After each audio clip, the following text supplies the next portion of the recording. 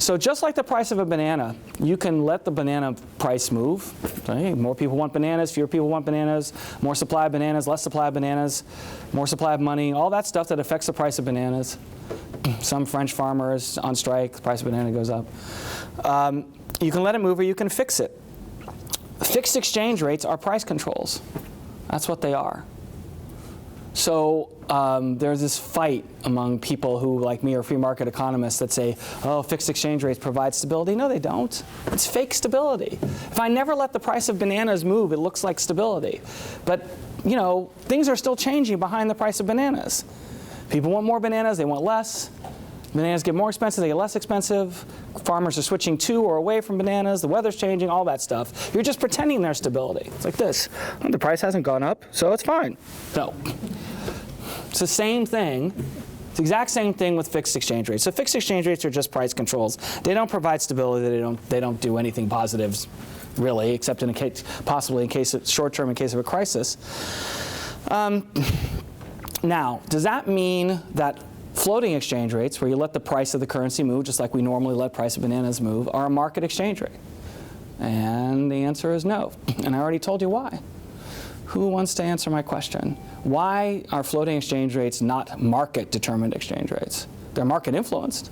They're just not market-determined. We can control the money supply. Right. Instead of, it's like if we had one banana producer. Right? It's a monopoly. We don't have a competitive market anymore. Only in this case, it's the government controls the money supply. So I don't want you to get the idea that we have a great exchange rate system. This is me trying to exert balance into the presentation when I hate fixed exchange rates. Fixed exchange rates are price controls. That's all.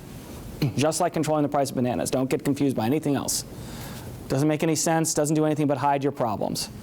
But a floating rate isn't perfect either, because the Fed, or the Bank of Japan, or the People's Bank of China, not the European Central Bank so much because they can't do anything, but if they could influence the exchange rate, and they could manipulate the exchange rate if they were the slightest bit competent.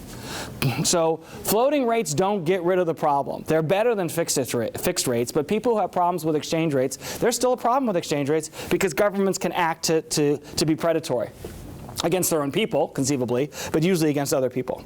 If you devalue your exchange rate, imports will become more expensive. What you're saying is, my currency against the price of another currency, I want my currency to be worth less. That's what devaluing means. With me? If my currency is worth less, it buys less of everything else. Buys less of the bananas I'm importing into the country. Stuff that I produce at home, because it's denominated in my currency, now costs less, because, you know, my $1,000 is now worth less. When I charge $1,000 for it, it's worth less for other people. So my exports have gotten cheaper. Imports get more expensive. When you devalue, imports get more expensive and exports get cheaper. The gain there is two possible gains. One, the gain that I'm going to address when I talk about issues, that people think that it's good for jobs in your country. It's not true. The other gain is, if you're short of foreign currency, that's helpful. What do you do when you buy other people's stuff? You give them currency. What do you do when you sell stuff? They give you currency. If you need money to make sure you can import, if you're short of imports, if you're short of money, there are countries that run out of cash. So we call those debt crises. They can't pay for their import bills anymore. They need food. They don't grow enough food. This is comparative advantage again, right? They've specialized and they don't grow enough food, and they've been relying on international trade. Now they don't have any money.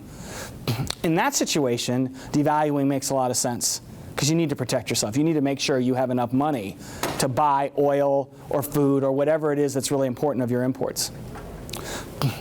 Why would you revalue? Well, the people who think that imports cost jobs would say never, and that's how you get this race to the bottom. But revaluing makes the dollar worth a lot more. It's just the opposite. Imports get cheaper, exports get more expensive. Well, if you're a big oil importer, you want a valuable currency. You want that oil not to cost you too much. You want the dollar, for example, to buy a lot of oil. So it depends on your situation. And you know, I hate to do the on the one hand, on the other hand thing that economists do all the time. So I'm going to go back to saying all fixed rates are stupid. Don't do it. You're just messing around with price controls and you're going to get it wrong. Governments cannot move as fast as markets anymore if they ever could. They haven't been able to in my lifetime, probably not before that. You're just going to be wrong. Again, floating rates don't solve everything. But if you need hard currency, devaluation is reasonable. If you're in like the U.S. in the 70s suddenly discovering you're a major oil importer, you want a strong dollar.